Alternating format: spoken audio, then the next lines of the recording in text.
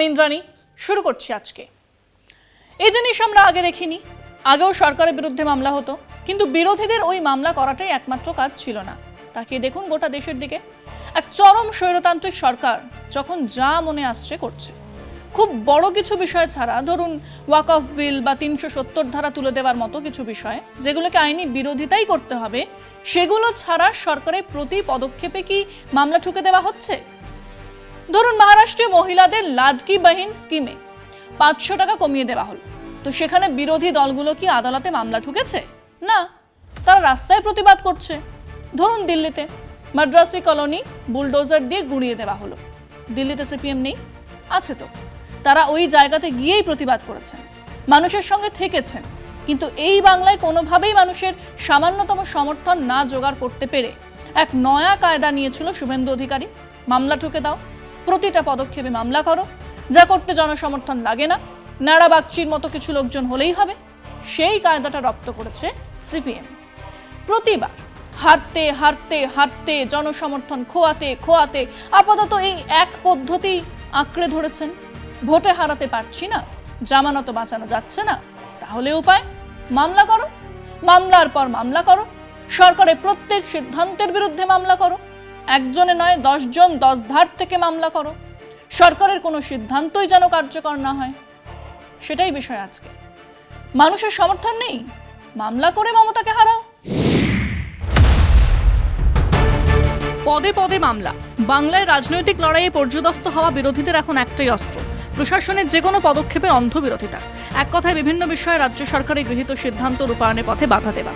OBC সংরক্ষণ থেকে school শিক্ষক নিয়োগ, ঘটনাচক্রে শুধুমাত্র বিজেপি ও বাম শিবিরের আইনজীবীরা এইসব মামলা নিয়ে আদালতের দ্বারস্থ হচ্ছেন। দীর্ঘদিন আদালতে সেই সব মামলা ঝুলে থাকায় প্রশাসনিক সিদ্ধান্ত কার্যকর করা দুষ্কর হয়ে যাচ্ছে। মানুষের দাবি দাওয়া নিয়ে আন্দোলনের প্রতি আগ্রহ নেই। বামপন্থীরা তো বটেই, রাজ্যের বিজেপি ও রাজনৈতিক বিরোধিতার যাবতীয় কর্মসূচিকে আদালত অভিমুখী করে তুলেছে। তাতে যে ফল হয় না, সেটা বছর বছর নানা স্তরের নির্বাচনের ফলাফলই স্পষ্ট হয়ে যাচ্ছে। কিন্তু তাতেও শিক্ষা নেই। রাজ্যে ক্ষমতায় বহাল থাকায় প্রতিষ্ঠান বিরোধিতার লক্ষণ দেখা যায় সমাজে। কিন্তু বিরোধীদের এই মামলাবাজি সত্ত্বেও দিনে দিনে তৃণমূলের জনপ্রিয়তা ঊর্ধ্বমুখী। সরকারি কাজকর্মে এভাবে বাধা সৃষ্টি রাজ্যের মানুষ মোটেই সুনজরে দেখছে না। গত ৪-৫ বছর ধরে দেখুন এই সরকারের প্রশাসনিক রদবদল, ট্রান্সফার থেকে শুরু করে স্কুল কলেজের ছুটি থেকে অনুদান ভাতা থেকে সব ক্ষেত্রে মামলা করা হচ্ছে, এবং সেই মামলাগুলো সরকারকে লড়তে হচ্ছে। বিভিন্ন ক্ষেত্রে সেই মামলা করার ফলে বহু কাজ থমকে যাচ্ছে। কিন্তু সাধারণভাবে দেখতে গেলে আইনের কাছে একজন সহায়তার জন্য, বিচারের জন্য যাবে, মামলা করবে, তাতে তো কোনো বাধা নিষেধ নেই, থাকার কথাও নয়। তাই মামলার পর মামলা হচ্ছে, প্রতিটা প্রশাসনিক সিদ্ধান্তকে অকেজো করে দেবার জন্য মামলা হচ্ছে। এবং খেয়াল করলে দেখতে পাবেন এই মামলার সামান্য সময়ের মধ্যেই পরিষ্কার দুপক্ষ থেকেই করা হচ্ছে। করছেন বাম বলে চিহ্নিত আইনজীবীরা, বিজেপি বলে চিহ্নিত আইনজীবীরা। কেবল মামলা ঠুকেই ক্ষান্ত নন, সোশ্যাল মিডিয়াতে সাফ জানিয়ে দিচ্ছেন আটকে দেব সবকিছু, জেলে পূর্ব মুখ্যমন্ত্রীকে। অসম্ভব এক কনফিডেন্স, যেন মামলা করার সময় তারা রায়ও জেনেই ফেলেছেন। ধরুন এই শিক্ষক নিয়োগের ব্যাপারটা, দুটো সিদ্ধান্ত নিয়েছে এই সরকার। এক, নতুন নিয়োগ আর সেই নিয়োগের পরীক্ষা আর তার মার্কিংয়ের বিশদ বিবরণ, যাতে সরকার জানাচ্ছেন কোন কোন খাতে কত নম্বর থাকবে, অভিজ্ঞতা ইত্যাদির জন্য কত থাকবে, কত বয়স পর্যন্ত একজন এই পরীক্ষাতে বসতে পারবে ইত্যাদি। এবং এক সামান্য বোধ বুদ্ধি থাকলেই বোঝা যাবে যে এতদিন ধরে যারা পড়ালেন, যাদের চাকরি আইনি নির্দেশে চলে গেছে, তারা যাতে এই শর্ত মোতাবেক পরীক্ষা দিয়ে চাকরিটা আবার পান, তার একটা চেষ্টা। সবাই পাবেন এরকম কোনো গ্যারান্টি আছে? নতুন যারা পরীক্ষা দেবেন তাদের চাকরি হবেই না এমন কোনো কথা আছে? না, নেই। কিন্তু যারা এত বছর পড়ালেন তাদেরকে আইনি মতেই চাকরিতে আবার বহাল করার একটা চেষ্টা তো আছে। ব্যাস, এই মামলাবাজেরা চলে গেলেন আদালতে। যা বলছেন তাতে আইন আছে, যুক্তিও আছে, কিন্তু সেই যুক্তি আর মামলাতে মানবিকতার ছোঁয়াও নেই। যাদের চাকরি গেছে তারা রাস্তায় বসে থাকুন, তারা চাকরি না পেয়ে এই সরকারের বাপ্পান্ত করতে থাকুন। সেই বিক্ষোভের ছবি, কখনো কখনো এক লাগাম ছাড়া বিক্ষোভের ছবি মিডিয়াতে দেখিয়ে মানুষকে সরকার বিরোধী করে তোলা, এই তো হচ্ছে ইচ্ছেটা। যাদের চাকরি চলে গেছে, মামলা চলছে, রাজ্য সরকারও সেই মামলার এক পক্ষ, কিন্তু মাস মাইনে নেই সেই শিক্ষকদের। সরকার এক প্রশাসনিক আদেশে সেই শিক্ষকদের মাসিক একটা সাহায্য দেওয়ার কথা ঘোষণা করেছিলেন। আবার মামলা।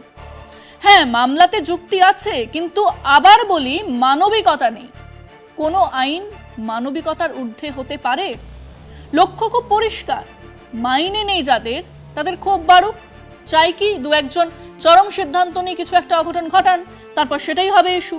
হ্যাঁ, এছাড়া আর কোনো লক্ষ্য নেই। আইন আইনের পথে চলবে, চলুক, কিন্তু প্রতিটা ক্ষেত্রে মামলাতে জেরবার করে দেবার যে স্ট্র্যাটেজি, যে রণকৌশল নিয়ে চলেছেন বিরোধীরা, তা একদিন বুমেরাং হবেই। সরকার যা করবেন তার প্রত্যেকটার জন্যই যদি আদালতে গিয়ে রাটিফিকেশন নিতে হয়, তাহলে সে সরকার চালানো একটা সময় অসম্ভব হয়ে পড়বে। চলে যান ত্রিপুরা, সেখানে আদালত নেই, সিপিএম নেই। জানেন মামলা করলে মাজা ভেঙে দেবে, না, ওখানে মামলা হয় না। উত্তরপ্রদেশে সরকারের বিরুদ্ধে কটা মামলা হয়, অথচ সেখানে স্বয়ং মুখ্যমন্ত্রী রোজ যে কথা বলছেন তা নিয়েই রোজ মামলা হতে পারে, হয় না। আমরা আমাদের দর্শকদের জিজ্ঞেস করেছিলাম, প্রতিদিন প্রতিটা ক্ষেত্রে রাজ্য সরকারের বিরুদ্ধে মামলা করেই চলেছেন। এটা কি প্রতিবার নির্বাচনে গোহারা বিরোধীদের একাংশের রাজ্য সরকারের কাজকর্ম স্তব্ধ করার পরিকল্পনা? শুনুন মানুষজন কি বলেছেন। এটার বিরুদ্ধে সুযোগ, এটা ভোটের রাজনীতি, এটা ভোটের রাজনীতি। জায়গায় আরো ভালো উন্নয়ন করবে, এরা যত কেস করবে উন্নয়নের হার তত বাড়বে। সে আদালত সিবিআই কে ব্যবহার করে সরকারকে ব্যতিব্যস্ত করার চেষ্টা করছে। যে নির্বাচন উপলক্ষে যাই করুক না কেন, পশ্চিমবঙ্গের বুকে তাদের কোনো অবস্থান থাকবে বলে আমার মনে হয়। সরকারকে আমাদের সব কাজ থেকে বঞ্চিত করার জন্য এরকম করা হচ্ছে, মিথ্যে বদনাম দেওয়া হচ্ছে। কোটি কোটি টাকা পাওয়া যাচ্ছে তাদের, এইগুলোকে কি বলবেন আপনি? এটা মামলার দোষ দেবেন, না রাজ্য সরকার নিয়ন্ত্রণ করতে পারছে না কিছুই, সেটা বলবেন? কারণ জানে এরা ভোট যুদ্ধ, এরা নেই মাঠে ময়দানে, কোথাও নেই। এরা যদি কোর্টে গিয়ে মিডিয়ার সামনে গিয়ে খালি দুটো চারটে কথা বলা, এটাই রাজ্য সরকারের বিরোধিতা করার একমাত্র রাস্তা এদের কাছে। যে উভয় পক্ষে বসে সমাধান করে কি করে একটা ওভারকাম করা যায় এটা দেখতে হবে, রাজনীতি করে কিছু হবে না। কেবলমাত্র কোর্টে গিয়ে বসে থাকে খালি রাজ্য সরকারের উন্নয়ন বন্ধ করার জন্য। তো রাজ্য সরকারকে যত যদি কালিমালিপ্ত করে তারা ভাবে যে ভোটে জিতবে, বাংলার মানুষ রেডি আছে মমতা বন্দ্যোপাধ্যায়কে চতুর্থবার মুখ্যমন্ত্রী করার জন্য।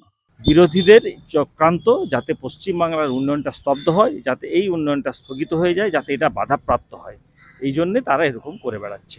বিরোধীরা অবশ্যই এটা রাজ্য সরকারের কাজকর্ম বন্ধ করার পরিকল্পনা।